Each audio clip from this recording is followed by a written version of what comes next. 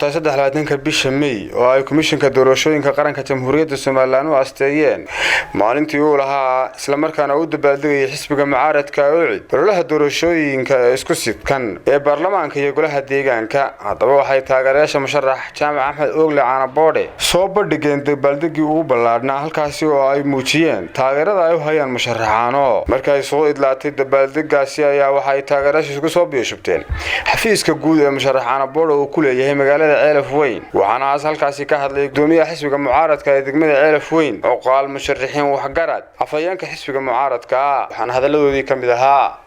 maalintii xildhibaan waliba xafiiskiisa ka khudbadeynayay sida sharafta leh ee karaamada leh ay isugu soo baxdeen dhammaan taageerayaasha xisbiga UCID iyo xildhibaanada golaha wakiilada Jaamac Axmed Oogle 31 May codkiina u siisaan oo ay ugu hubsataan codkiina. Jaamac Caanaboodhe astaantiisu waa dawaco waa wada garanaysaan dawacadii caanka ahayd.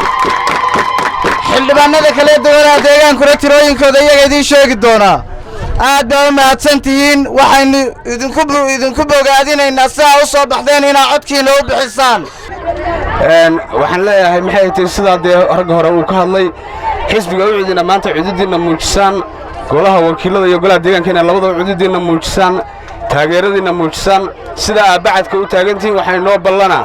31 May ina maxay tahay sida cududiina u muujisaan maanta bacadka u taagantihiin aad iyo aad baad u mahadsantihiin. maxay tahay waxaan leeyahay calaamada maxay tahay wax dhacda marmar in laga khaldamo goobada calaamada maxay tahay had iyo goor dadku ay calaamadinayaan goobada Afrigeesta ee habka maxay tahay u sameeysan laba jibaaranaha wayna calaamada la hubsataan maalinta 31 May aad iyo aad baa u mahadsantihiin. aad iyo aad si milgale sharaf leh qiimo leh miisaan baan salaamaya maanta waxay muujiyeen rajadii xisbiga UCID bay muujiyeen maanta Ceelaf Weyn rajadii xisbiga UCID ayay muujiyeen. runtii halkan waxaa jooga xildhibaan Jaamac Axmed Oogle oo xafiiskiisii iyo xildhibaanadii golaha deegaanka oo anigu Cabdikariin Qaali Cabsiye la markaygu yahay 103 hada waxa fadhiya maxay Cabdilaahi Biixi oo la markiisu yahay 107 hada waxa fadhiya maxay Digaale oo la markiisu yahay 108 waxa kale fadhiya oo maanta nagala qayb galay xalfadan afhayeenka guud ee xisbiga UCID maxay Ali Bilaado.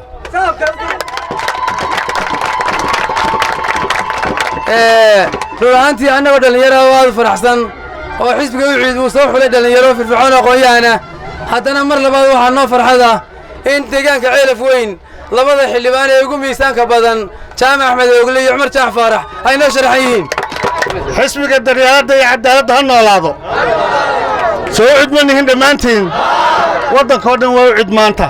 iyagaa leh maalintii ugu horreysay weeye ee ololaha uu inoo bilaabmayey. waxaan doonaynaa in degmada Ceelaf Weyn ay nasiib u yeelatay inaan kala soo qayb galno maanta oo maalintii koowaada. waxaan leenahay degmada Ceelaf Weyn waa degmooyinka ugu waaweyn degmooyinka Soomaaliland. waxa looga baahan yahay inay keenaan codka ugu badan soo keeni maysaan soo bixi maysaan soo codan maysaan wakiilada deegaanka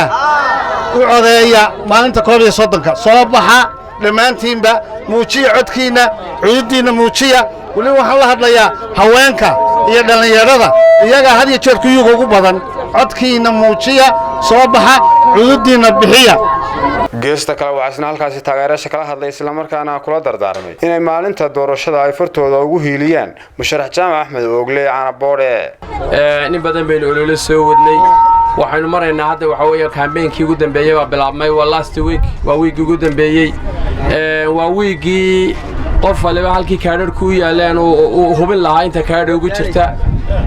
waa weekii degmooyin loo kala bixi lahaa tuulooyinka waa weekii la wacyigelin lahaa dadka reer miyiga ee la oran lahaa qof walba de kaadhadhkaaga diyaarso marka waxa weeyaan haddeerto insha Allah waxa shaqaynu kala baxaynaa shaqadii ugu cuslayd ba hadda inoo bilaabmaysa. waxaan idin sheegayaa kolley de calaamadaydu aniga waa dawaco waa aragtaan dawacadana wax weyn bay xambaarsan tahay maaha dawacadii adhiga cuni jirtay.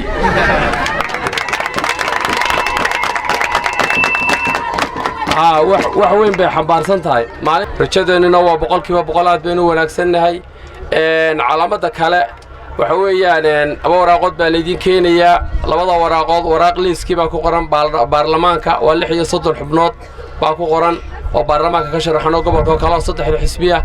warqadda kalena waxaa ku qoran iyana dhowr iyo 30 iyaduna waxa weeyaan waa xildhibaanada golaha deegaanka qofku laba cod buu leeyahay sidii laydin sheegay xor baa tahay ka baarlamaankana qofkii adigu aad wadatay calaamadiisii baad calaamadinaysaa ka deegaankana qofkii aad wadatay baad calaamadinaysaa xisbi kuma xidhna laba xisbi baad kala calaamadin kartaa intaa kadib waxaan kaloo idinku wacdigelinayaa matalan calaamadda qofku leeyahay dawacada oo kale horteeda goobaabin yarbaa ah oo afargeysa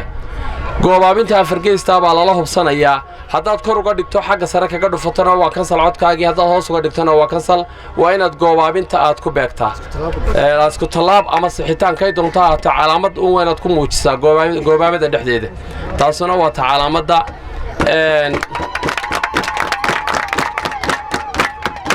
ta kale anigoo ka faa'iidaysanaya fagaaraha